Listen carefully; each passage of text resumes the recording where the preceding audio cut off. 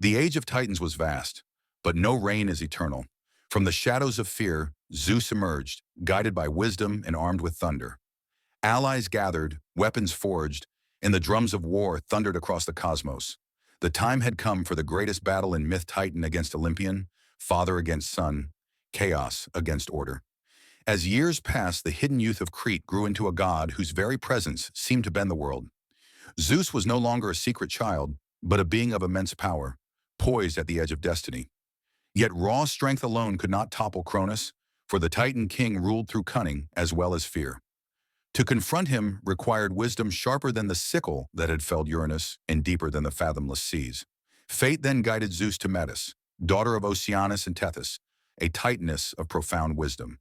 Even the eldest powers sought her counsel. Unlike many Titans who reveled in grandeur, she devoted herself to subtle currents of thought and strategy. Her spirit flowed quietly like a river, shaping all it touched, preparing Zeus to wield not only power but cunning, the essential tools for challenging a king who devoured his own children. From the moment Zeus encountered her, the course of his life deepened. Though he had been nurtured by Gaia and protected by the nymphs, it was Metis who would give him the knowledge to confront the terror of his father. For she knew the nature of Cronus, his fear of prophecy, and the poison of paranoia that drove him to devour his own children. She saw in Zeus the fulfillment of that prophecy, the storm-bearer who could not only break Cronus's rule, but establish a new order upon the earth and sky. Under her guidance, Zeus began to see that raw power was not yet enough. Cronus was immense, his dominion unshaken by challenge, and his body had become a prison for the swallowed gods. To defeat him meant not only to overthrow his strength, but to free those he had consumed.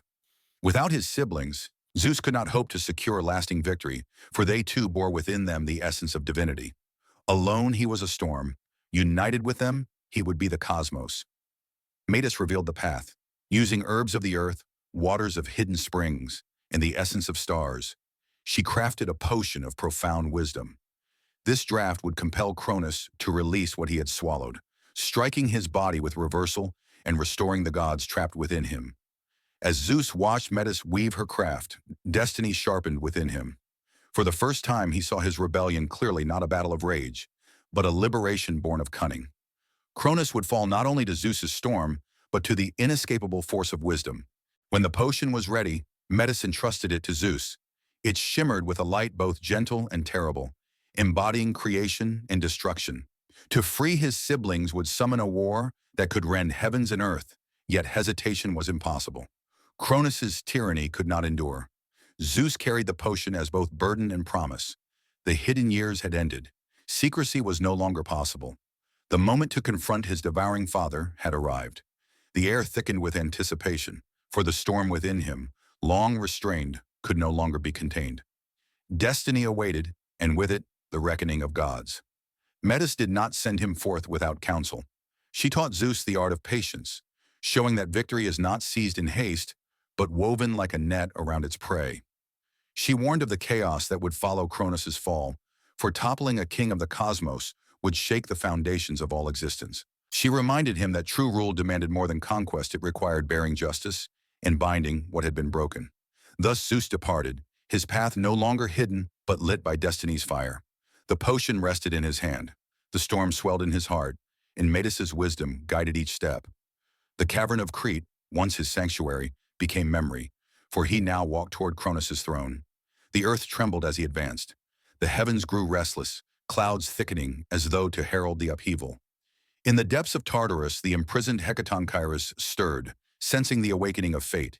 Even Cronus himself felt unease within his throne, though he did not yet know its cause. For prophecy cannot be silenced, and destiny cannot be swallowed. And so the cunning of Metis became the spark that set the cosmos on the path to war. Zeus, armed with wisdom and strength, moved toward the first act of rebellion, and with each step the age of Titans drew closer to its end. The age of concealment had ended. Zeus, once the hidden child of Crete, now strode with the bearing of a god who carried the weight of prophecy upon his shoulders. In his hand he bore the potion crafted by Metis, the elixir of reversal that would force Cronus to yield the children he had devoured. Every step he took carried the echo of fate, and the earth itself seemed to tense in anticipation. Cronus, enthroned as Lord of the Titans, remained oblivious to the approaching storm. His reign spanned heaven and earth, power uncontested. Yet within him lay the greatest threat, the divine children he had swallowed. Bound in darkness but undying, their very essence pressed upon him, quietly gnawing at the foundation of his dominion, a hidden peril he could neither see nor anticipate. When Zeus confronted Cronus, he cunningly offered a potion disguised as refreshment. Unaware, Cronus drank it, and the elixir coursed through him, breaking the chains he had imposed on his children. A violent convulsion shook him, ending the silence of ages. From the depths emerged Hestia, blazing with renewal, Demeter, radiant with earthly abundance, and Hera, crowned with sovereignty. Then appeared Hades, cloaked in shadow, and Poseidon, roaring with sea fury. One by one they were freed, restored to full divine strength. No longer children, they emerged sharpened by their torment, ready to reclaim their place in the world. The cosmos trembled as Zeus's siblings returned, their liberation splitting the air like a long-held breath released. For the first time, they stood united on earth, radiant with godhood and burning with the memory of their father's cruelty. Cronus, weakened, staggered under the weight of prophecy fulfilled. The children he had devoured now faced him as warriors, ready to claim the cosmos. Yet even in defeat, he remained a titan of immense power and wrath, refusing submission. He rallied his fellow titans, summoning them to his side, preparing for the confrontation that would decide the fate of the divine order. The lines of rebellion were drawn. Cronus and the Titans, embodiments of the old order, versus Zeus and his siblings, the Olympians, young gods defying tyranny. Between them, the world itself trembled under the weight of the impending conflict. The liberation of the swallowed gods signaled not just cunning triumph, but the dawn of a war that would shake existence. Clouds darkened the sky, mountains groaned, and seas churned in unrest. The prophecy of Uranus unfolded. Just as he had fallen to Cronus, so now Cronus faced challenge at the hands of his son, heralding a clash that would reshape the cosmos forever. Zeus, standing at the forefront of the rebellion, felt the storm within him surge to its peak. His siblings gathered around him, each bearing the essence of their domains. Though they had known only the prison of their father's body, they emerged with strength unbroken, their spirits sharpened by suffering. Their unity became their weapon, and their vengeance became their flame. Yet this was no swift triumph. The freeing of the gods was but the first blow struck against Cronus. The Titan king, humiliated yet unyielding, summoned his brethren, and the Titans rallied to his side. Their colossal forms loomed like mountains. Their voices roared like thunder. Their might threatened to crush the fledgling rebellion. The war that had been foretold now loomed upon the horizon, a struggle not of mortals, but of powers vast enough to rend the very sky. Zeus' siblings looked to him, for though equal in divinity, he bore the mantle of destiny. His storm gathered, his will burned, and prophecy called him to lead. The age of Titans was ending, yet its close would be neither quiet nor gentle. Fire, thunder, and blood marked a war shaking heaven and earth for 10 relentless years. Freed from Cronus's grasp, the gods became warriors of Olympus, their battle cry rising like 1,000 storms, reverberating across the cosmos. Storm clouds thickened, mountains quaked, and seas raged as if stirred by eternity's wrath. For the first time, the balance of existence teetered on the brink of ruin. The Titanomachy had begun, and the fate of all creation hung in the balance. On Cronus's side stood the ancient Titans, children of Uranus and Gaia, colossal beings stretching beyond horizon and sky. They embodied the first order and primeval force, Iapetus with iron strength, Hyperion ablaze with solar fire, Coeus bearing the mind of the heavens, Creus wielding the measureless void, and Atlas, whose endurance seemed infinite. Alongside them rallied countless lesser allies, giants, primordial beings and spirits bound by fear of change. United under Cronus, their thunderous voices shook the heavens, like avalanches crashing upon stone, announcing the ferocity of the war to come. Against them stood the Olympians, young gods risen from their father's shadow. Zeus led, storm incarnate, crowned with thunder and lightning.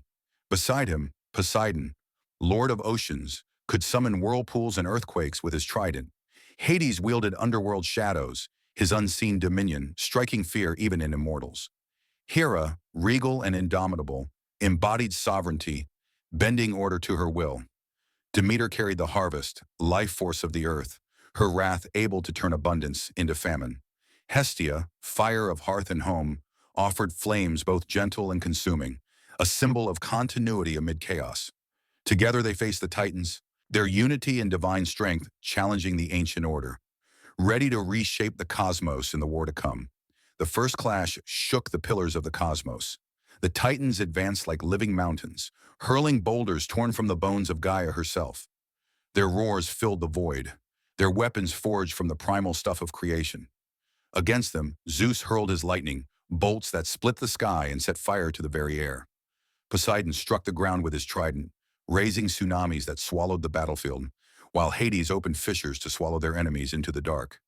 Demeter unleashed vines that coiled around Titan limbs, thorns sharper than steel, while Hera's power bent their assaults back upon themselves. For 10 years the war raged, unyielding and merciless. Days and nights dissolved into a storm of devastation. Thunder split the heavens, mountains crumbled beneath endless quakes, and seas towered higher than the clouds. Even the sky itself seemed ready to collapse. Mortals yet unborn would one day tremble at tales of this struggle, for it was no war of flesh and blood, but raw divinity unleashed upon the universe. The Titans, though ancient and vast, bore power bound to the rigidity of the old order, immense yet unchanging, heavy as stone. The Olympians, by contrast, wielded the fury of youth and the adaptability of new gods. They fought with passion forged in suffering and the conviction of justice, battling not only for dominion, but for freedom from tyranny. Yet victory did not come easily. Again and again the Titans pressed their advantage. Atlas bore the brunt of battle, his strength seemingly endless, crushing enemy ranks with blows that shattered mountains. Hyperion blazed like a living sun, scorching the battlefield with waves of fire. Cronus himself wielded his sickle, the very weapon that had once struck down Uranus, its edge sharp enough to sever sky from earth. Many times did the Olympians falter, driven back beneath the sheer weight of Titan might. But Zeus would not yield. Each retreat only deepened his resolve. Each wound to his siblings only fueled his storm. With every strike of lightning he grew stronger, his power fed by the inevitability of fate. He sought allies beyond his siblings, calling forth ancient beings hidden in the depths of the world. From Tartarus he released the Hecatonchires, the hundred-handed giants, each a living fortress whose multitude of arms could hurl mountains as easily as a mortal might cast a stone. With them came the Cyclopes, master forgers, who in gratitude for their release gifted the Olympians with weapons of unmatched power, the thunderbolts of Zeus, the trident of Poseidon, and the helm of invisibility for Hades. With these allies, the tide of war began to turn. The hundred-handed ones rained boulders upon the Titans in torrents, their assault endless and overwhelming. The Cyclops' gifts transformed the Olympians into forces of nature. Zeus's bolts shattered Titan ranks, Poseidon's trident churned the seas into weapons, and Hades' helm allowed him to strike unseen, sowing terror in enemy lines. Still the Titans resisted, their pride refusing surrender. The earth became a battlefield of ruin, scarred by their defiance. For 10 years the war burned without cease, neither side gaining the final victory.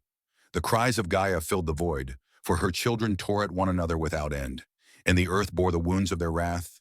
Yet prophecy was unyielding. Cronus, though mighty, could not escape the fate decreed by Uranus. In the 10th year the Olympians gathered their strength for a final assault. Zeus unleashed his storm in full, lightning upon lightning until the heavens blazed with fire. Poseidon struck earth and sea, drowning Titan legions in relentless waves. Hades called forth the abyss, chains of shadow dragging foes into darkness. The Hecatonchires hurled mountains, burying enemies beneath the very weight of the world. The climax came upon the plain of Thessaly, where Zeus and Cronus met in single combat. The sickle of the Titan clashed against thunderbolts of the god, each strike tearing rifts in sky and earth, but the storm could not be chained. At last Zeus unleashed a bolt so vast it split the world with brilliance. Cronus felt his strength broken, his reign ended, the prophecy fulfilled. The Titans, defeated, were cast down into the depths of Tartarus, bound in chains forged by the Cyclopes, guarded by the hundred-handed ones. Atlas, as punishment for his defiance, was condemned to bear the heavens upon his shoulders for all eternity. The old order had fallen, and in its place the new gods rose triumphant. The Titanomachy was ended, but its scars remained upon the world. Mountains lay shattered, seas reshaped, the very sky forever altered by the clash. Yet from the ruin emerged a new age, an age of Olympian rule, with Zeus crowned as king of gods and mortals alike. His throne stood upon Mount Olympus, high above the world, a symbol of the storm that had freed creation from tyranny. Thus ended the war of gods, a conflict of 10 unending years, where brother fought father and fate itself weighed upon every strike. The Titans had fallen, and the Olympians rose, their victory echoing through eternity. With the Titans chained in Tartarus and the world reshaped by the thunder of war, the Olympians stood as victors, yet their triumph was not secured by brute force alone. Their victory had been made possible by allies born from the ancient chaos, beings who had slumbered in darkness until the need for their strength arose. Chief among these were the Cyclopes, master forgers of divine craft, whose skill could bind raw essence into form and give shape to power itself. In the stillness that followed the Titanomachy, Zeus sought permanence to his reign, for the storm that crowned him was vast yet fleeting, if not anchored by symbols of eternal authority. He turned to the Cyclopes, who owed him their freedom, for they had once been shackled by Cronus in the pit of Tartarus. In gratitude, they gathered in the depths of Mount Etna, where fire flowed beneath stone, and there they forged gifts for the new rulers of the cosmos. The first of these was wrought for Zeus himself, the thunderbolt. No mere weapon, it was the distilled fury of the storm, captured and chained into a form he could wield at will. Sparks danced across its length, and within its heart raged the endless energy of the heavens. When hurled, it split the sky and carried with it the judgment of the King of Gods. From that day, Zeus was never without his thunderbolts, which became the emblem of his reign and the terror of all who defied him. For Poseidon they fashioned the trident, a spear of 3 prongs forged from sea foam and hardened by the unyielding weight of the ocean depths. With it, Poseidon could command the tides, summon storms upon the seas, or split the very earth with quakes that toppled mountains. The trident was not merely a weapon, but an extension of the ocean itself, giving the god dominion over waters both tranquil and violent. For Hades they wrought the helm of darkness, a crown of shadows drawn from the abyss of the underworld. When worn, it cloaked its bearer in perfect invisibility, erasing him not only from sight but from the awareness of gods and mortals alike. With it, Hades could move unseen across battlefield and shadow, striking with dread upon the hearts of enemies. The helm was more than concealment, it was fear made manifest, the unseen presence that haunted every mortal life. To Hera they gave a diadem wrought of celestial fire, a symbol of sovereignty and the binding power of oath.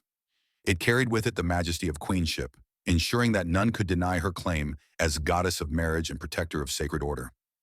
With it, Hera stood as co-sovereign beside Zeus, her authority unchallenged even by the other gods. To Demeter they offered a sickle of adamant, not unlike the blade once wielded by Cronus, but forged anew for life rather than tyranny. In her hands it became the tool of harvest and renewal, a weapon of necessity that could also bring famine to the disobedient. With this sickle, she embodied the dual nature of the earth provider of plenty and harbinger of desolation. To Hestia they entrusted an ever-burning flame, drawn from the eternal fires at the heart of the world. Unlike the thunderbolt or trident, hers was not a weapon of conquest but of endurance. The flame could never be extinguished, symbolizing the hearth and the constancy of home. Wherever it burned, there was sanctuary, unity, and the reminder of divine presence within mortal dwellings. Each gift reflected not only the domain of its bearer, but the role they would play in the new order. Together they were no longer merely siblings, but the architects of destiny, their powers woven into the fabric of existence. The forging of these weapons marked the birth of true divinity among the Olympians. Where once they had fought as rebels against tyranny, now they stood as rulers bearing the symbols of their dominion.